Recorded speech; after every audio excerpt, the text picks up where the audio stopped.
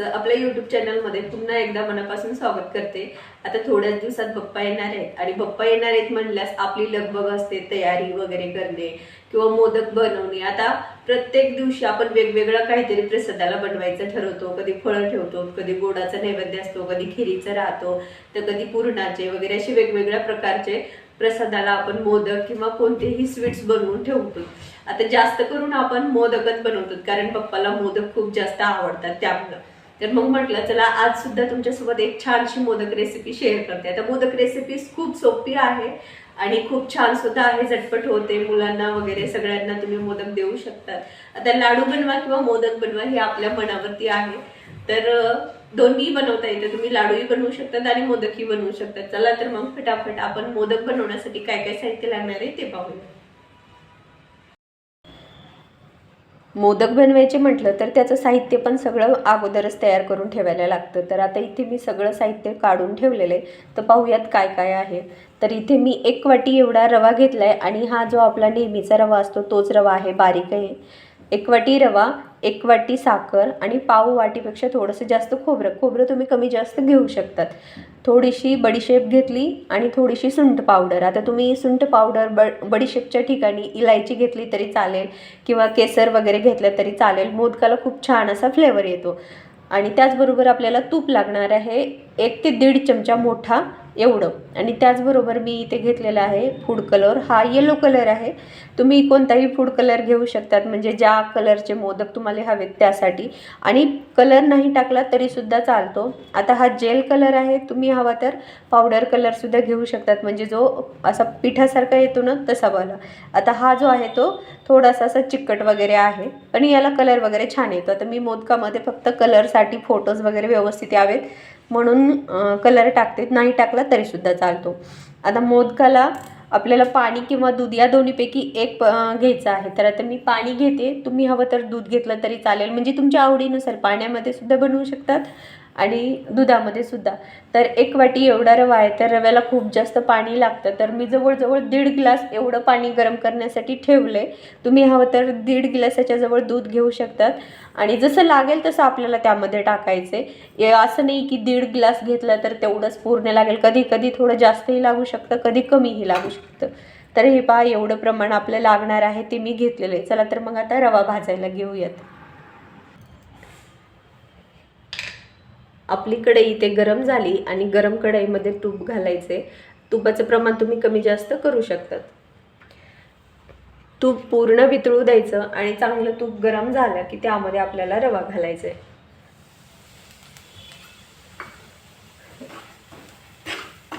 तूप तुम्हाला कमी वाटत असेल तर थोडंसं तुम्ही जास्त घालू शकतात, कारण जेवढं जास्त तूप घालाल तेवढा छान असा खमंग आपला रवा भाजून पण होतो आणि आपल्याला मोदकाला खूप छान असा फ्लेवर सुद्धा येतो। चला कमीत कमी आपल्याला 6 ते 7 मिनिट हे भाजून घ्यायचे मीडियम गॅसवरती, करपू द्यायचा नाही। आणि थोडासा गुलाबीसर कलर म्हणजेच थोडा लालसर होतो आणि थोडा ऑरेंज कलर, अशा दोन्हीच्या मधला आपल्याला रवा भाजून घ्यायचा, पांढरा नाही भाजायचा। छान खमंग खरपूस असा रवा भाजून घ्यायचा। मीडियम गॅसवरती भाजलात तर खूप चांगला रवा भाजतो, फक्त काही गडबड करायची नाही। गडबडीमध्ये करत असाल तर मग आपण स्पीड वाढवतो किंवा कमी करतो आणि त्यामध्ये आपला जो रवा आहे तो चांगला भाजला जात नाही। एखाद्या वेळेस कच्चा सुद्धा राहू शकतो किंवा खूप जास्त सुद्धा भाजला जाऊ शकतो। चला तर मग मी 5 ते 6 मिनिट हा रवा भाजून घेते। तोपर्यंत माझं पाणी जे साईडला ठेवले ते पण गरम होत आले।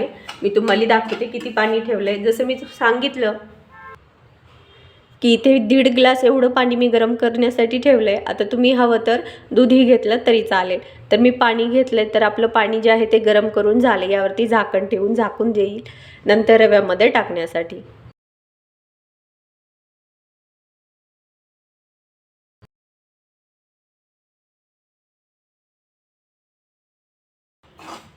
आत्ता पहा 6 ते 7 मिनिटानंतर आपला रवा छान असा खरपूस भाजलाय, खूप खमंग या रव्याला वास सुद्धा सुटलाय आणि इथे पाहू शकतात किती छान असा गरगरीत झालेला आहे।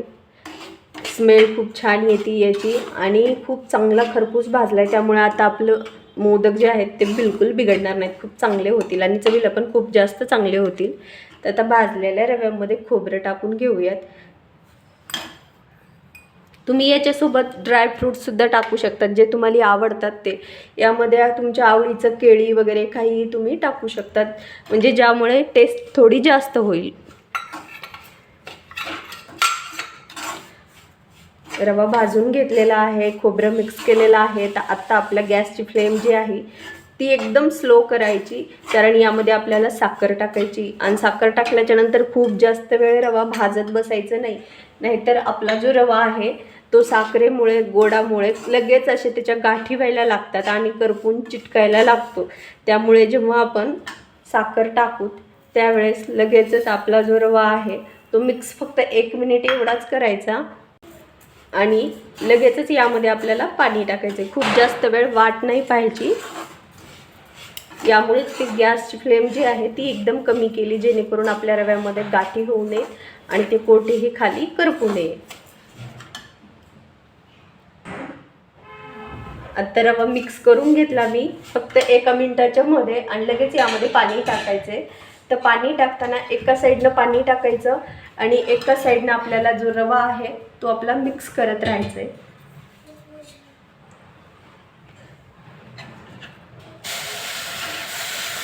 रव्यामध्ये एकही गाठ बनवू द्यायची नाही. हळूहळू करून आपल्याला रवा असा मिक्स करायचा आहे, नाहीतर याचे थोडेसे असे मोठे मोठे गोळे तयार होतात, म्हणजे ढेकळं झाल्यासारखे म्हणू शकतात आणि ते लगेच चिटकायला लागतात. आणि खूप जास्त रव्याला पाणी टाकायचं नाही. आता आपण शिरा जसा करतो ना तसंच करायचं आहे, फक्त पाण्याचं प्रमाण थोडंसं कमी वापरायचं, कारण आपल्याला जो आहे तो शिरा जो आहे तो थोडासा कोरडा बनवायचा आहे, खूप जास्त चिकट मऊ असा बनवायचा नाही.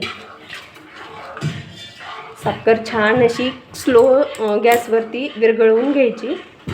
पहा स्लो गॅस आहे, हळूहळू हे घट्ट व्हायला लागतं. त्यासाठी आता पहा याच्यामध्ये गाठी वगैरे काहीही नाही.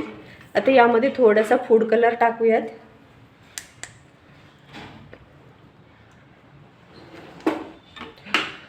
आणि पटकन मिक्स करून घेऊयात.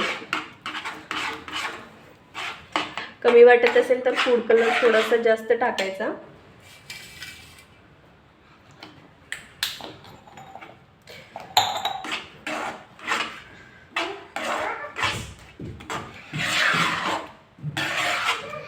सर्व व्यवस्थित असं मिक्स करून घ्यायचं, म्हणजे कलर सगळीकडे पसरला पाहिजे आपल्या मोदकांना. कुठेही मोदक थोडासा पांढरा किंवा थोडासा पिवळा असा दिसायला नको, म्हणून छान मिक्स करून घ्यायचा. गॅसची फ्लेम जी आहे ती मी अजून स्लोच ठेवली, खूप जास्त फुल केलीच नाही, एकदम स्लो आहे, कारण आपला जो कलर आहे तो व्यवस्थित मिक्स व्हावा. आणि मीडियम गॅसवरती याच्यावरती झाकण ठेवून मी 2 ते 3 मिनिट शिजवून घेणार आहे. छान असा आपला रवा जो आहे तो शिजला जाईल. तर चला व्यवस्थित असा पसरवून घेतला आहे. आता यावरती एक झाकण ठेवते.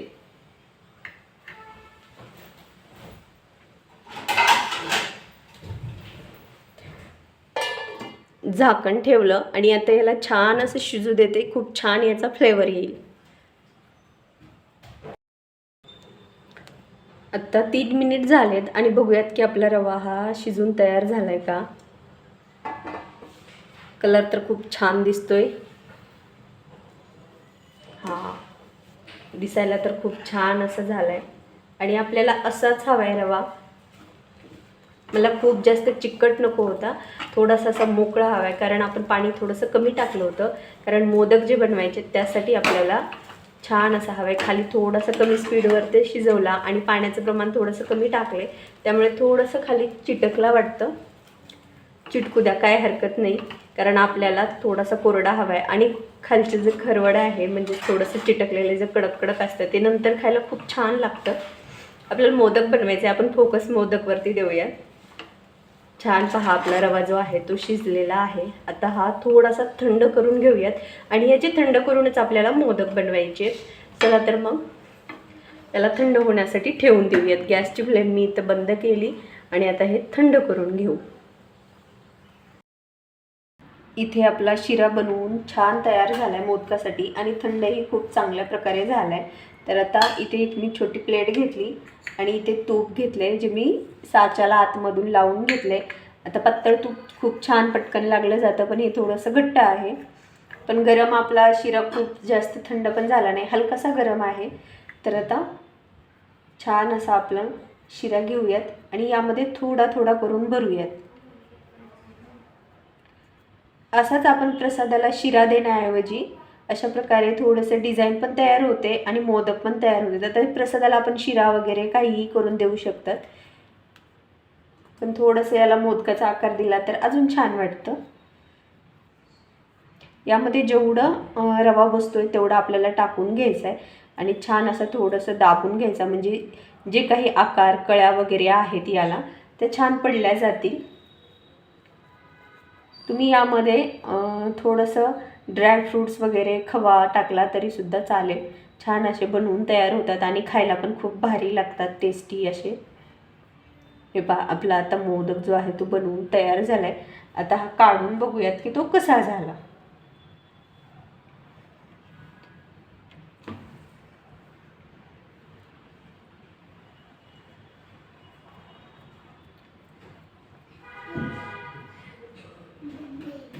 वा, एकदम भारी असा झाला आहे. आणि मोदकाला पहा किती सुंदर अशा कळ्या पडल्यात, किती सुंदर असा दिसतोय.